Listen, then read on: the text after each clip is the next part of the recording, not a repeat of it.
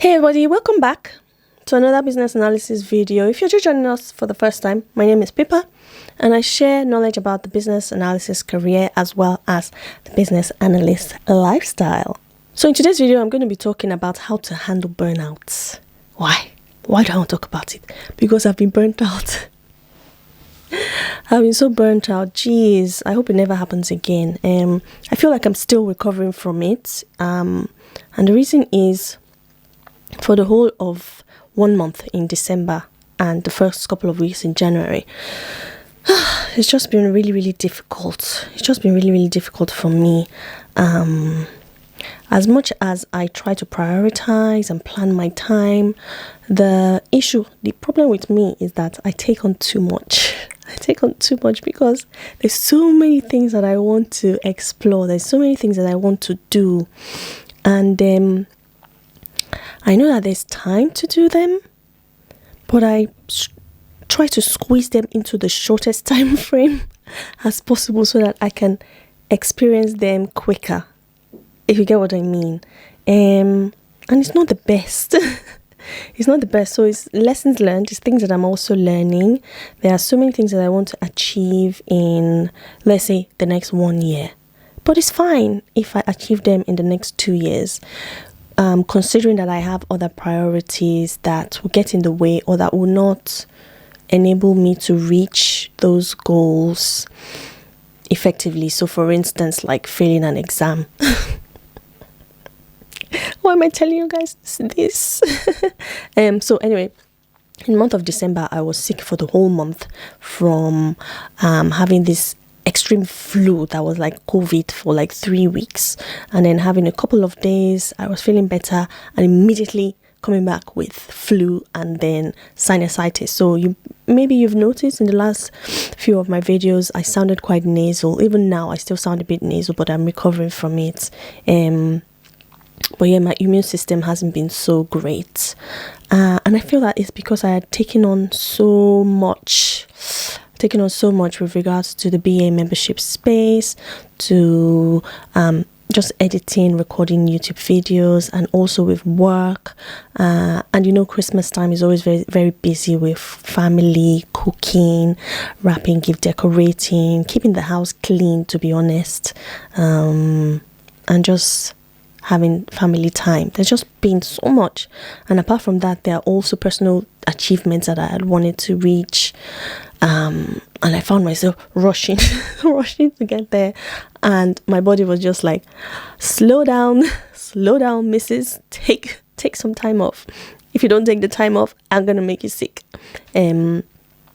So this is why I'm doing the video, to talk to you about how to handle burnout and how I should have handled it in hindsight, really. So, have you ever felt drained by work that even small tasks start to feel impossible? That's burnout, my dear. Is more common than you think, especially in high pressure roles like business analysis. So in this video, I'll share how to spot the early signs of burnout, how to prevent it, and how to recover if you're already feeling overwhelmed like me. So let's dive right into it. So the first thing is recognizing burnout. How do you actually even know that you're burnt out? Because sometimes we're burned out, but we're just on the roll. We don't actually know. So burnout can manifest in several ways. One of them is emotional exhaustion, right? You feel drained and you just feel emotionally distant. Okay, so that's one way of identifying that you're burnt out. Another way is reduced productivity. Tasks that used to be easy for you will now start to feel impossible. And you just feel tired. You just feel drained, right? Now, a third one is cynicism, where you start to resent your work or you start to resent your colleagues. Now, as much as I'm talking about burnout in relation to work, it also can apply in your personal life. You can also start to resent your friends and family, So recognizing these signs early, I feel, is the first step to addressing burnout. So how do we even prevent it, for one? How do you prevent it? As much as I talk so much about planning, time management, priority, I'm only human. I'm only human. Sometimes it just comes, So one way to prevent it is by setting realistic goals. Try to break large tasks into smaller, manageable pieces. It would reduce overwhelm, and it will also create a sense of progress. Like when I talked about all the things that I wanted to achieve, let's say I want to achieve all these things in the next 1 month, but it's too much. It's too much. So what I should have done is try to set space for all of them to say, okay, I can do this one in the next 1 week. I can do this one in the next 1 week, rather than I can do these 3 in the next 1 week. It's just trying to break them into manageable sizes so that, you don't result in burnout, really. Another one is to create boundaries. Stop answering work emails after hours and try to set clear boundaries with your team and stick to them. Now that's on the work side. Me, I've not really struggled with boundaries with work. Once it's 5 o'clock, it's closed and I'm done. But yeah, try to set boundaries also in your personal life. For instance, I've started to do this D&D on my phone, do not disturb, after 8. I'm not taking any calls or messages. I'm just chilling. Nobody should disturb me. Whereas before, I'm available till 11. Anybody can call me. Friends, family can call. Or sometimes I'm also just watching, scrolling. It can result in burnout as well. Again, because I haven't prioritized or taken the time, invested the time in the things that mean more to me than scrolling social media, for instance. Social media also, it fries the brain. It fries the brain. But anyway, as much as I'm looking at burnout from the work or BA or career perspective, also apply this in your personal life is what I'm trying to say. Also, practice self-care. Try to schedule activities that recharge you, whether it's exercise, whether it's meditation, or simply just taking a walk. Self-care isn't selfish. It's necessary. So looking at recovering from burnout, right, for people who are already burned out, like me, however, I'm recovering, right?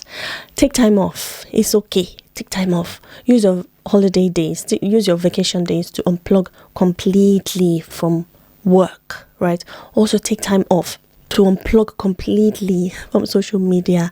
Let your family know as well that, I just need today by myself. I just want to be up in my room, whether it's studying, reading your Bible, just sleeping, and just taking time to relax so that you can come back refreshed.